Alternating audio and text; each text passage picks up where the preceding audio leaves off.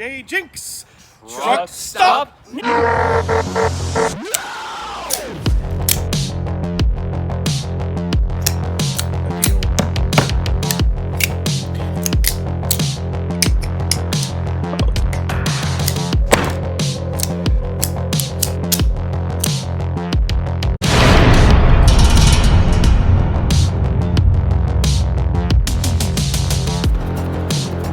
JJJinks here, and I decided to do an unboxing for you.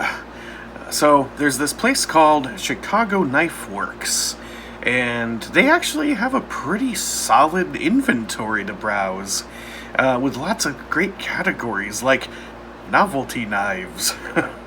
So I headed straight to that section and loaded up with some cheap novelty knives. I've never bought anything from Chicago Knifeworks before, but so far my experience is great. I loaded up my cart, checked out, and then they sent me an email. And it said, one of these knives doesn't meet our quality standards, so we're going to refund you and not send it. And I was like, oh, I mean, I would have taken it anyway, probably. So I got everything else then. And that's okay, because each one of them was under $10, and I got 6 of them. So, plenty to see, folks. And here they are. I got something from Antonini, which is from, hey, Magnaggio! That's the same place that NKM came from. Baron, son. Hi, Zombie Nick. This one's a Rough Rider knife, and it was actually, I think, a little bit less than I could have gotten it from Smoky Mountain Knifeworks.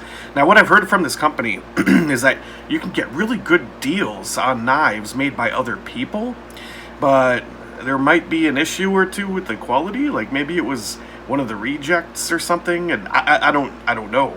But I've heard that, like, you're not going to get the kind of customer service that you would expect from a place like SMKW or Blade HQ. That's just what I've read online. But don't let that discourage you from giving them a shot. I also got something from Right Edge. Here's one from Steel Warrior. That's Frost Cutlery. Here's one from Balade. It comes in a tube. It's kind of like a GEC knife, but smaller and plastic. Someday I'll get a GEC knife. They're just so freaking hard to come by. Too many scalpers. So that's the spread. Let's begin with the Antonini knife. Get out of here. Now, Antonini makes the model called the Old Bear, which is basically their equivalent to the Opinel series. This is not one of them. But it looked interesting, so I picked it up. Oh, it looks kind of like an Opinel, but it doesn't have that collar lock. It's a simple slip joint, I believe. And so it is. This is a very light plastic handle. It doesn't squish, though, so that's nice. And we've got a little keychain attachment thingamajigger. And the blade has the very handsome Antonini Magnaggio Italy. Got it. And down at the bottom of the blade, Patata Inox. And we have a neat design in this brass-ish bolster piece. Honestly, the whole thing feels extremely cheap. Because it was. I also didn't really pay any attention to the dimensions of these knives, so I thought this would be a lot larger than it is. This definitely warrants the price tag.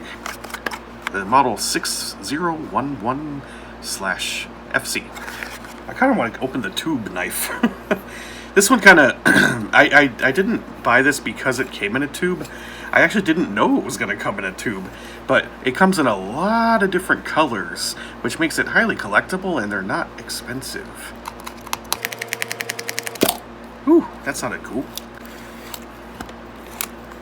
Oh, neat. There's like a little shape for the knife to stick into. Do they still put underwear in tubes? You remember that? Well, they have this neat symbol. I don't know what it is. So this looks like a Rorschach test, or maybe like a tarot card. I have no idea what I'm looking at. Anyway, it's the Belladio Inox 420 steel TPE scale material. That's just kind kind of rubbery plastic. They make a lot of phone cases out of this stuff. And it definitely has that rubbery feel with some sleek lines molded in.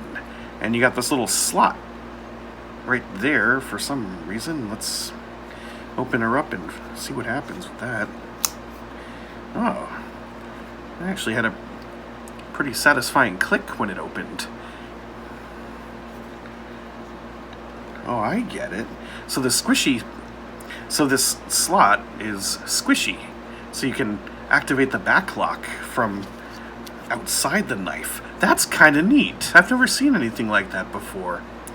It's just one of the advantages of using a modern material on a classic style. Kind of reminds me of a doctor's knife, but way bigger and backlocked.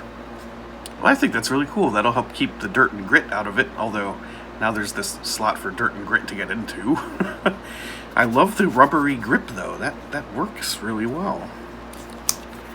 Yeah, I dig this knife. It's your basic satin drop point blade. And I appreciate that the pivot screws are simple flat head screws. Ta-da! I really dig the packaging. You can also use this to cash your checks at the bank. Steel Warrior. Now, Steel Warrior is a line that I've seen a lot of people say it's kind of the best thing that Frost Cutlery has to offer between this and Hen and Rooster and maybe a couple of other ones. They basically don't tell you that it's Frost Cutlery. Check this out. Oh, it's got a neat little magnet closing box, too. So this is a doctor's knife, the kind with the spatula. And the scales are basically little slices of all kinds of different things that you could probably find on a lot of things in their lineup. I'm guessing maybe it's made from like scraps, or maybe they just cut a bunch of them up to make these on purpose, but I love this look. And they make a bunch of different knives in this pattern, multi-pattern type thing. Like the Trapper, for example. I had to go with the doctor's knife, and I just wanted to see these scales for myself. There's a lot of neat looking things. I really like this multicolor pastel panel right there. And there's a cool fake turquoise there. Yeah, it's the kind of knife that you can smoke a joint and just stare at for hours on end. And you got your standard doctor's knife blade. And the spatula. Oh. Yeah, one interesting thing about Steel Warrior knives is they actually show you the spot where they test the Rockwell hardness on every piece. So these little stickers point to the exact spot where they do that test. It's basically an instrument where it punches down into the steel and it measures how much force it takes to deform it. The sticker kind of missed the spot this time, but that's what that little divot there is at the end there. So now you know. Let's see what this right edge knife is. I order things and forget what they are a lot. And that is okay with me, because then it's an even bigger surprise. I am my own surprise unboxing expert. Oh. Yeah. I would order something like this. A giant blue skull with glowing green eyes, bleeding green goo, and there's a cat. And on the blade, you have an angry skull that was bukkakied by a bunch of zombies. Well, the lockup actually looks pretty good. The assisted opening mechanism worked well. It's on Teflon spacers. It's got a deep ride pocket clip, and it's got very, very cheap plasticky handles, but it makes up for it with the astounding artwork. I probably bought this with Halloween in mind. I don't know what I'm going to do for a Halloween video, or if I'm going to do a Halloween video. I'm not sure if I can top last year's Halloween video. Maybe I'll do like an update report from Jism. Well, that probably explains the zombie nick. I've got a few knives from this series from Rough Rider, And their phrase is, "Friends don't let friends eat friends." And I love the blood splatter. It actually kind of looks like blood splatter. That kind of made me sound like I'm an expert on blood splatter. Well, I'm not. Yet. Oh, see, I think I got a cracked scale there.